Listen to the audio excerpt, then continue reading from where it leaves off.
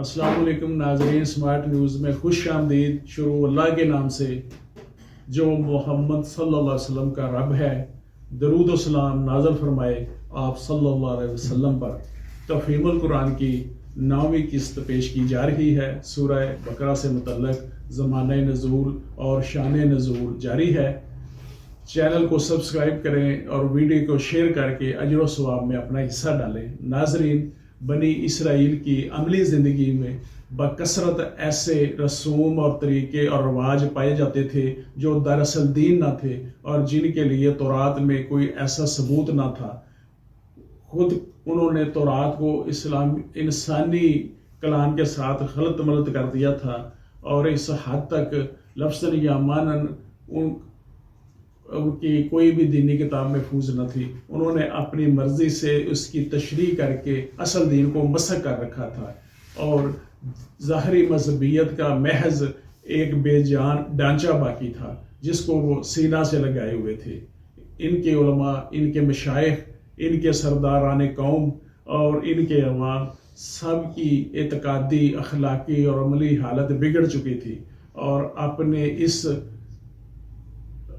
بگاڑ سے ان کو ایسی محبت تھی کہ وہ کسی کی بات کو قبول کرنے کے لیے تیار نہ تھے۔ صدیوں سے مسلسل ایسا ہو رہا تھا، جب کوئی اللہ کا بندہ انہیں دین کا سیدھا راستہ بتانے آتا تو وہ اسے اپنا سب سے بڑا دشمن سمجھ لیتے اور ہر ممکن طریقہ سے کوشش کرتے کہ وہ کسی طرح اسلام میں کامیاب نہ ہو سکے۔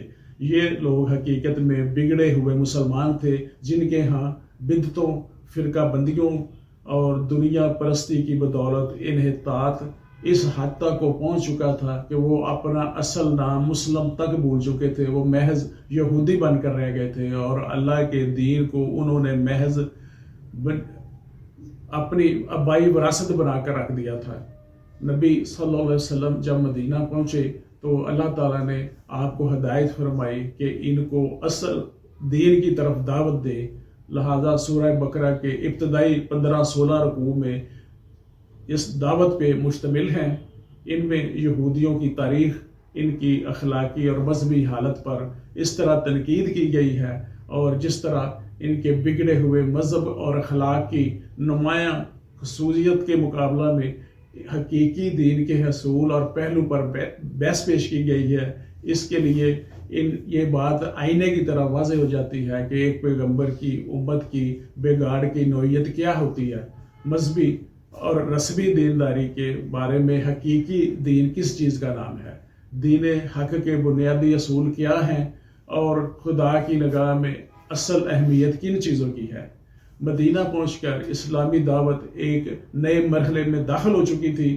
مکہ میں تو معاملہ صرف حصول دین کی تبلیغ اور دین کو قبول کرنے والوں کی اخلاقی تربیت تک محدود تھا، مگر جب مدینہ میں عرب کے مختلف قبائل اسلام قبول کر چکے تھے اور ہر طرف سے سمٹ کر ایک جگہ جمع ہو چکے تھے اور انصار کی مدد سے ایک چھوٹی سی اسلامی ریاست کی بنیاد بھی پڑ چکی تھی، تو اللہ تعالیٰ نے تمدن، معاشرت، سیاست اور قانون کے متعلق بھی اصولی ہدایات دینا شروع کر دی اور یہ بتایا کہ اسلامی اساس پہ یہ نیا نظام کس طرح تعمیر کیا جائے۔ اس صورت کے آخری 23 رکوع زیادہ تر انہی ہدایات پہ مشتمل ہیں، جن میں سے اکثر ابتدا میں ہی بھیج دی گئی تھی اور بعض متفرق طور پر وقت کی ضرورت کے تحت بعد میں بھیجی جاتی رہی۔ ہجرت کے بعد اسلام اور کفر کی کشمکش بھی ایک نئے مرحلے میں داخل ہو چکی تھی۔ ہجرت سے پہلے اسلام کی دعوت خود کفر کے گھر میں دی جا رہی تھی اور متفرق قبائل میں سے جو لوگ اسلام قبول کرتے تھے وہ اپنی اپنی جگہ رہ کر ہی دین کی تبلیغ کرتے تھے اور جواب میں مسائل اور مظالم اور ان کے لیے تختہ مشت بنتے جاتے تھے۔ لیکن مدینہ میں جب یہ منتشر مسلمان ایک جتھا بن گئے، انہوں نے ایک چھوٹی سی اپنی آزاد ریاست قائم کر لی، تو صورتحال یہ ہو گئی کہ ایک طرف چھوٹی سی ایک بستی تھی تو دوسری طرف تمام عرب اس کا اتصال کرنے پہ تلا ہوا تھا۔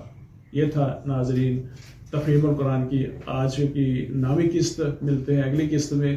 میں محمد امین، ایڈوکیٹ، اسمارٹ نیوز۔